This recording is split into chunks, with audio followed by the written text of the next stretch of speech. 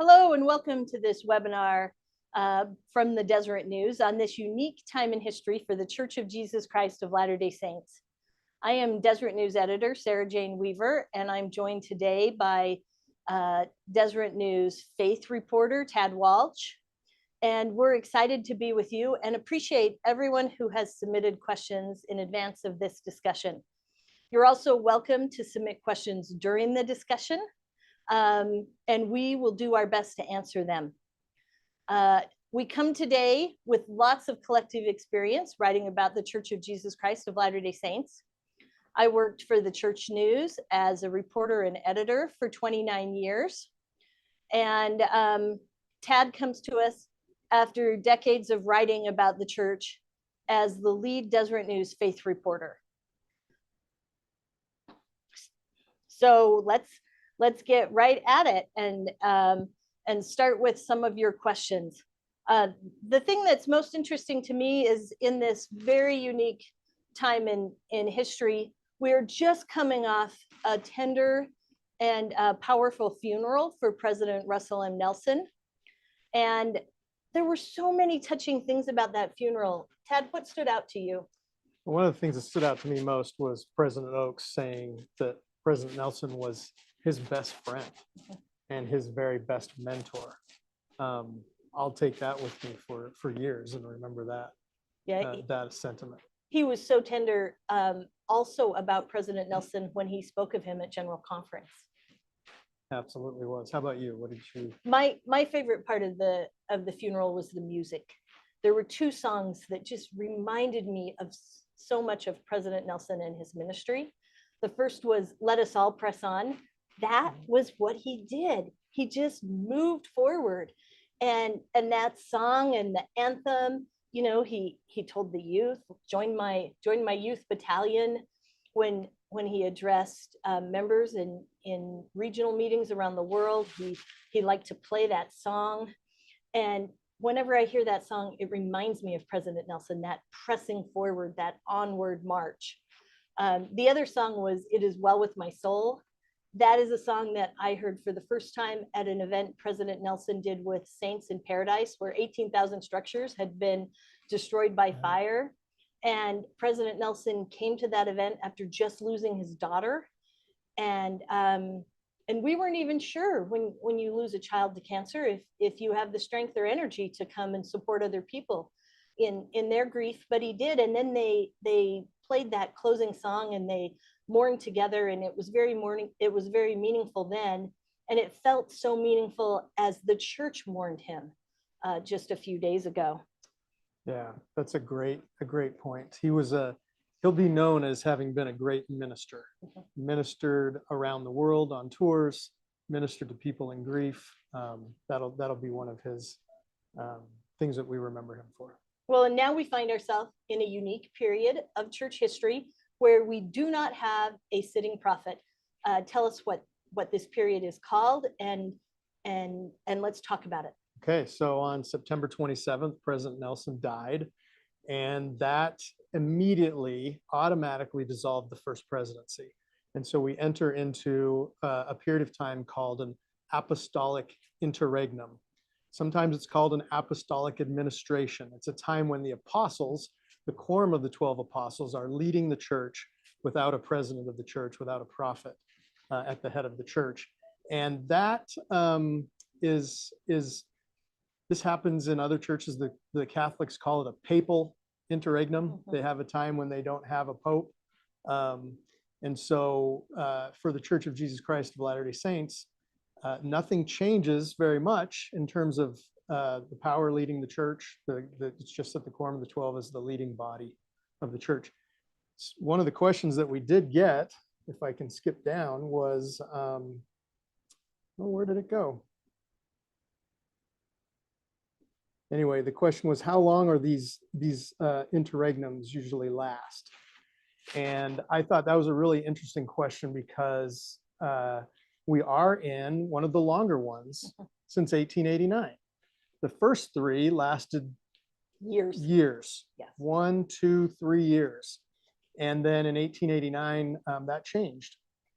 And it was a very interesting event because Wilford Woodruff had told Lorenzo Snow, when I die, I think that the first presidency should be reorganized quickly, swiftly. And Lorenzo Snow said he went to the temple and prayed, and that the Lord came to him, and that he said that that should be the case as well. And then he held the meeting when the quorum held the meeting to to consider whether to reorganize the first presidency or not.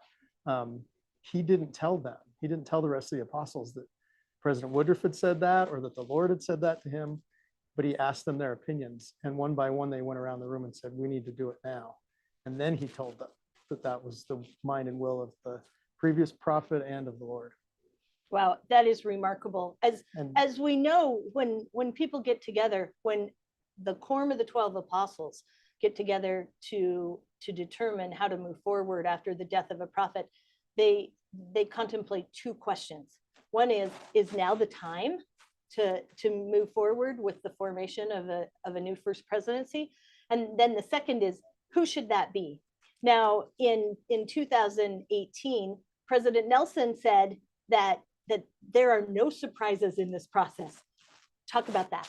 yeah, he came. You'll recall that when he was introduced as the 18th president of the church, he did a video from the temple, the Salt Lake Temple, and he said that there was no mystery at all as to who the next prophet will be, because the pattern of the church, which has become established as doctrine, is that the senior most apostle is to be the next prophet of the church. And that has been the case now through 17 prophets. And we expect to be the case with one more. Well, and you know, the thing that's interesting about that, one of the questions we got addressed the role of revelation in this process. And we absolutely believe that that there is revelation. Latter-day Saint faithful believe that the Church of Jesus Christ of Latter-day Saints is led by Jesus Christ himself, and that the church is organized after ancient patterns established by the Savior when he was on the earth. And apostles are selected in a way that actually lead them to senior leadership of the church. And so I think it's really interesting. Of course, revelation took place in this process. In the case of President Dallin H. Oaks, it took place in 1984. Boy, that's a great story too, that you probably should tell. But I think, you know, you and I have spoken to different apostles over time about being in some of those meetings and the revelation that they sense and that they feel there. Elder Christofferson told us that he found it remarkable as the other apostles were discussing those two questions that you mentioned, the confirmation that came to his mind that now definitely was the time. It was a revelatory experience for him. Now is the time to reorganize the first presidency, and President Nelson is to be the prophet of God. So they do say that it's a very revelatory process. And in 1984, President Nelson and President Oaks are called at the same time. Now, neither had served in general church leadership before, with the exception of President Russell M. Nelson being the Sunday school general president, right. But neither had been a general authority 70. And so they were called from outside that traditional leadership. And President Nelson was in general conference when his name was put forward and sustained. President Oaks was actually on an airplane. So you know, this is the day and age before you had the internet or Wi-Fi on a plane. So he landed and actually had to make a call and say, hey, did this happen? Right. That's a great story.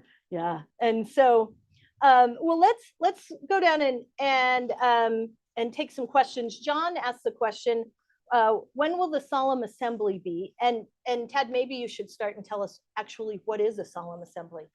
The solemn assembly can be held for a number of reasons in the church. They're for great celebrations. And in this case, when we talk about a new president of the church, it's to sustain a president of the church, to sustain a president of the church as he has been set apart and ordained by the quorum of the 12. Now it's the chance for the church to vote by quorums and groups and to sustain the new prophet and president of the church. Yeah, there's something significant about a solemn assembly that does have biblical roots. But for me personally, it's always been an opportunity to say, I'm going to raise my hand and follow this leader. I think most church members consider that a most sacred and solemn time. And the question being when is, the pattern is that it's in the conference after the new president has been, the first presidency has been reorganized and the president has been sustained, or excuse me, ordained as the new prophet. So we would expect, based on the patterns that we've seen throughout church history, that it would be at next April's conference, that we would have a solemn assembly for the next president. Well, and that has been the pattern that we've always seen. Lamar asks, will the senior most apostle always be called as the next president of the church? It's a great question. So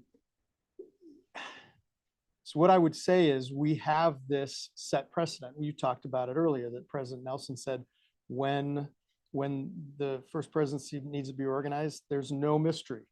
So yes, the short answer is yes, we expect that will always be the case. Revelation could change that. But in this case, as we are now, as the church is now constituted, we would expect that would be the case. Well, and Garrett asks about the organization of the first presidency, and he's saying, does the first counselor in the first presidency have to have greater apostolic seniority than the second counselor? And in recent years, we've seen some interesting things. President Hinckley called President Eyring into the first presidency, even as a junior member of the Quorum of the 12. And when President Monson put together his first presidency, he moved President Eyring up to the first counselor and called then President Dieter F. Uchtdorf to be the second counselor. But at that time, President Eyring and President Uchtdorf did stay in their orders of seniority, because President Eyring sits just ahead of then President Uchtdorf, now Elder Uchtdorf, in the quorum. And then you saw something pretty interesting when President Nelson put together his first presidency. He made President Eyring second counselor and had President Oakes, who had higher seniority in the quorum, as the first counselor. Now, that hasn't always been the case. So I know you have interesting facts about history. Garrett, you sent me looking for some historical precedent there. And I found that in the administration of George Albert Smith from 1945 to 1951, he actually had as his first counselor J. Reuben Clark, who had been ordained an apostle in 1934. And as his second counselor, David O. McKay, who'd been ordained in 1906. So you did have a situation there where the first counselor was junior to the second counselor in terms of apostolic seniority. Well, and it's always interesting, because then, over time, there have been times when counselors in the first presidency are returned to the quorum, as was the case with now Elder Uchtdorf. And so I think it's fascinating to watch the process of inspiration and revelation take place as first presidencies are created for different times in history. Now, Igor asked if President Oakes can say no to his upcoming appointment, and the bottom line, in a church that actually has as a very core part of the doctrine agency, I would say yes, he absolutely could choose to accept or not that calling. It's interesting. I was just looking at video of President Oakes's first conference talk given in 1984, after he became a member of the Quorum of the 12. And in that talk, in what was just a sweet, sweet moment, he pledges his life and very breath to the Savior and his church. So based on that pledge and promise that he made so many years ago, I think we can assume that that he is going to step into this role. I felt like we saw him be more prophetic at conference, very, very tender. Did you have impressions of him at conference as well? Yeah, I think we did see what family members have told us, what others who've known him well have told us, that he is someone who is a tender person. In his biography, we learn about his tenderness toward his mother, toward his family, and I think that that really stood out as he talked about the death of his father when he was 7 years old, and how devastating that was to him, and how he was also given a good model for how to be a father and someone who is a good family person. When his maternal grandfather came in and comforted him and said, "I'll be your father." Wasn't that tender? It was very much so. So, well, and I think people wonder what is President Oaks like away from the pulpit, and certainly we have seen him show tenderness. He brings his life experience, as they all do, to the pulpit with him when he speaks. He's willing to say hard things. He has a background in the law, which makes his talks of order, and yet he also is known as being unfailingly kind and having a really funny sense of humor. very funny. Yeah, I've heard words joyful, convivial, funny, and he's also, I think, in my experience, from what I know about him, one of the hardest workers that I've ever met. Just an intense capacity for processing a lot of information, but also working very hard and very long hours to complete the assignments that he's given. He has a painting in his office which has stayed with him since his days as president of BYU, and the painting is called "The Forgotten Man." Now, this is a painting that is very, very unique. It's a man during the Depression era sitting on the curb. His legs are extended into the street, and you can see the legs and feet of a crowd of people walking by him, paying him very little attention. And once when I was interviewing President Oaks, I mistakenly called the painting "The Invisible Man." And President Oaks so tenderly said, "No, the painting is called "The Forgotten Man." He's forgotten by the crowds." He says, "But he's not invisible." And then he pointed out that the artist had sun shining on the man's head as he's sitting on the curb. And he said, he's not forgotten by the Lord. He is known to the Lord, and he is not invisible to the Lord. And then think of him in terms of having that sitting right across from his desk in his office. He doesn't want anyone to be forgotten. He doesn't want anyone to escape the notice of the Church of Jesus Christ of Latter-day Saints or others. And especially he wants them to know that they have never escaped the notice of the Lord. That's great insight to President Oaks. Thanks. What other questions do we have? So Jose has asked how a new apostle is selected. Now the answer is by revelation, but that's a process that we don't know too much about, because previous prophets have not shared that much.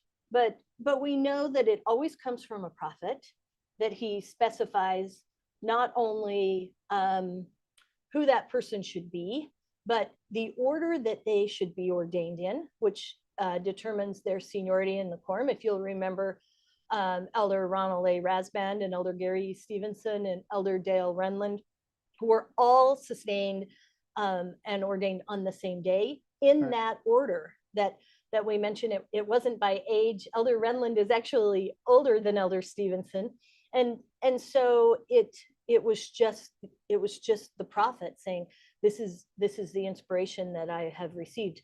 But historically, different apostles come from different backgrounds and from different leadership experiences? What has stood out to you? Well, I liked Jose asked that, is there a specific quorum of the 70 or the presidency of the 70 that takes precedence over others as to where an apostle might come from? And there isn't, but there has been a frequency of members of the presidency of the 70 recently being called as apostles, but it's not all of them in a row. It's not the last 5 in a row or anything like that. So it could be someone from anywhere. And as you mentioned, President Nelson and President Oaks were not either of them general authorities at all, much less in the presidency of the 70 or Elder elsewhere. David A. Bednar was serving as president of BYU Idaho at the time of his call to the Quorum of the 12. Right. And Elder Stevenson was serving as the presiding bishopric when he was called into the quorum. Right. So excellent question. I really like that one. Let's see. He also, someone, maybe it was Jose as well, asked, do we know when the next apostle will be announced? We don't. We don't know. We wish we could tell you, but we don't have an answer to that. It could be right away. It could be, I mean, I wouldn't assume, just from my experience, it would be at the same moment that we learned about the new prophet, because I would think he would need some time to pray about that. Could it be the next day? Could be. Could it be next April? Maybe. Precedent shows that often those announcements are made during general conference. That is what President Nelson chose to do when Elder Gong and Elder Suarez were called into the quorum. He became prophet in January, and then the new apostles were sustained and ordained in April. But he did buck with tradition there a little bit when Elder Patrick Huron was called to the quorum. Right. That decision was made and announced fairly quickly, and so I think it's just determined by President Oaks' personal preferences and also his style and whatever the Lord tells him to do. Exactly. Yeah, exactly. Great point. All right. So look, we have a question from our Zoom viewers. What is the role of the Quorum of the 12 during this transition period, this apostolic administration or interregnum? Do you have a thought on that? Well, I know that whenever anyone is set apart and ordained a member of the Quorum of the 12 Apostles, they are given all the keys of the church. But some of those keys are not active or turned until someone becomes the leader of the church. And so there are things that the quorum has responsibility for. There are things that the first presidency has responsibilities for. One of the things that the first presidency, the president of the church, has responsibility for is temples. We didn't get temples announced at general conference. Now, President Oaks was pretty specific about what that was. Right. He actually said, we've announced a lot. We need to sort of figure out how to get these built. So that will be interesting as we go forward to see if temples will be announced with the same momentum that they have been.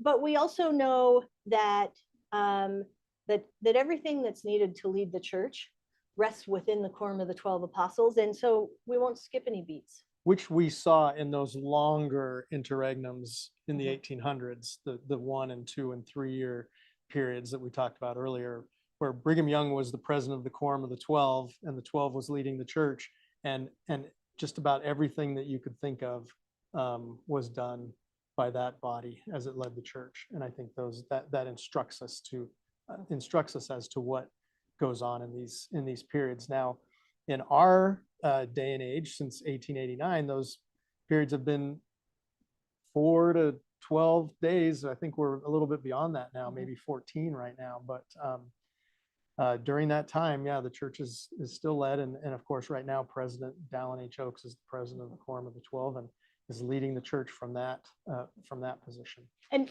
we know that a few things have to happen in order to get a new prophet. One, we know that the entire quorum needs to meet together, right, and then contemplate those questions we talked about. Is now the time, and who should do that? And then we know that this is a sacred and powerful time for those brethren that participate in that moment.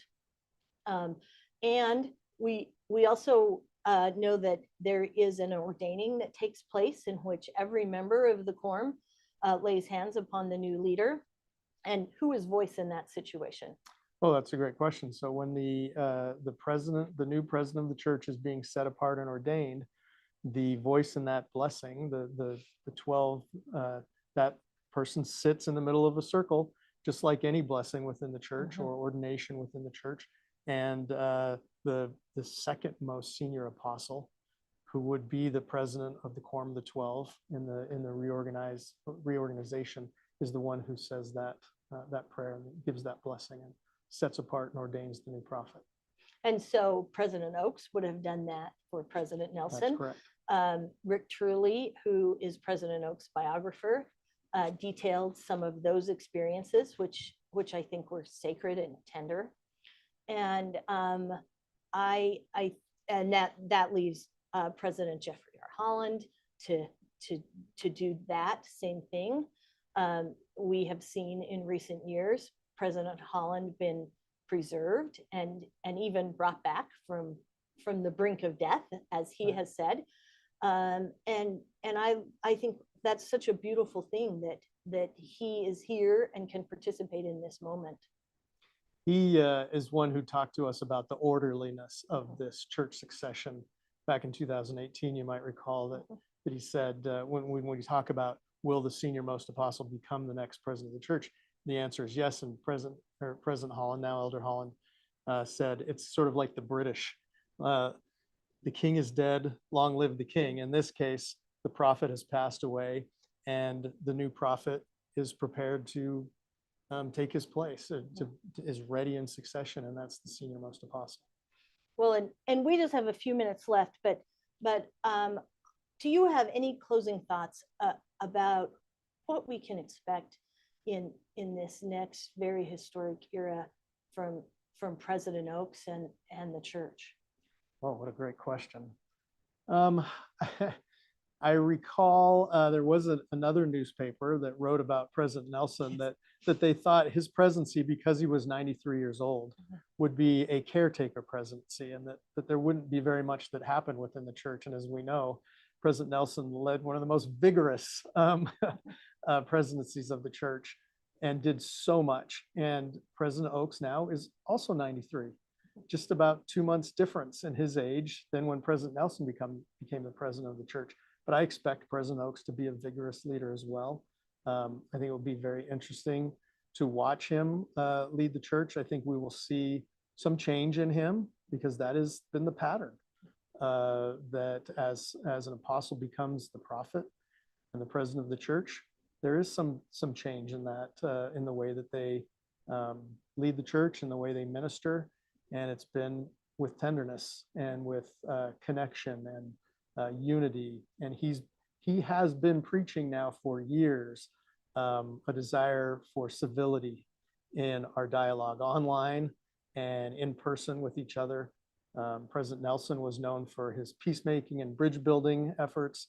President Oaks, I think, will continue to ask us to be civil to one another and kind to one another, and help us try and find ways that we can find common ground together. A constant defender of the Constitution. Absolutely. He comes to the leadership of the church at a time when a lot of people are really worried about the state of things politically, and right. we're seeing a lot happening, including within the church. The horrible shooting in Michigan marked a first time when the church itself was targeted in that very specific way. And I think that President Oaks brings some compassion and this call for civility and this call for kindness that will be very, very remarkable in this time. I remember covering him in Rome a few years ago. He was at a international gathering sponsored by Notre Dame, just very close to the Vatican, and was giving a religious liberty address that proved to be very, very historic. He had spoken at the University of Virginia a few years earlier, and at that point talked about religious freedom's importance in the United States. And then at this event in Rome, he talked about religious liberty and its importance globally. And he was asked to offer a prayer on the food at a luncheon. And it was a last minute request. And I'll never forget what he did. He stood up and he began his heavenly petition in this request to bless the food with the Lord's Prayer.